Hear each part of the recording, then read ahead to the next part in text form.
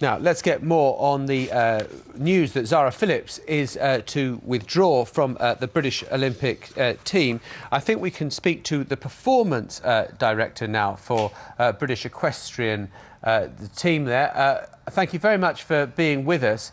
It's Will Connell, I think, that's on the line to us. It must be very sad news.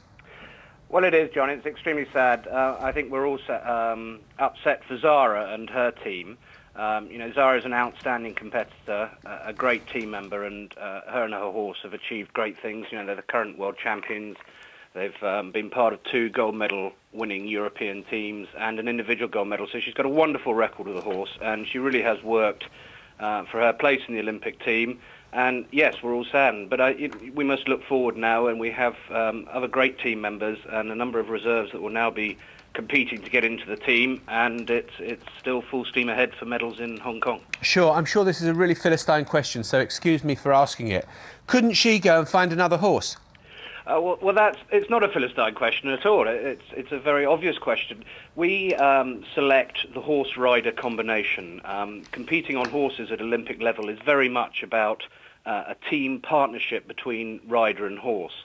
And although Zara does have other horses and some really lovely horses for the future, she doesn't have another horse that's really ready to go to the Olympic Games and compete on the same level that Toy Town would have.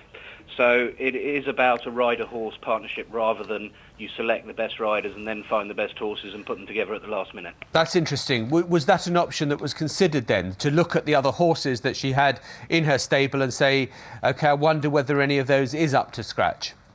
Well, we're always looking at the horses out there competing for potential selection for the annual championships. And the other horses that Zara has in her yard were not in contention for selection for the Olympic Games. I'm sure that she will be in contention for future championships and that we'll see her back representing Great Britain and winning medals again. Was she a realistic gold medal hope? Well, I think that in any sport, if you go into the Olympic Games with the reigning world champion, which Zara is, then of course you go in hoping that she'll win a gold medal. But the competition in Hong Kong, which is where the equestrian events are being held, is extremely tight, and there's some very good horses, especially from Australia, Germany, France. And competition would have been tight, but yeah, we really hope that she would produce the goods on the day and come back with perhaps an individual medal and a team medal. But that's the way it is with horses. We're extremely careful with their welfare, and any slight injury, we wouldn't push the horses to try and get them to the championship. And you felt that this slight injury was serious enough that you just had to pull both rider and horse? Well, I have to say it's not me. We used the advice of very qualified and experienced veterinary surgeons, both her own vet and the team vet, and they've looked at the horse and consulted, and they're both in agreement that the injury would really prevent it carrying out its full training commitment between now and the Games. And that just wouldn't be fair on the horse to expect it to go to the Games not fully fit. Will Connell, you said in your first answer that you had to look to the future. So do you know who the future is?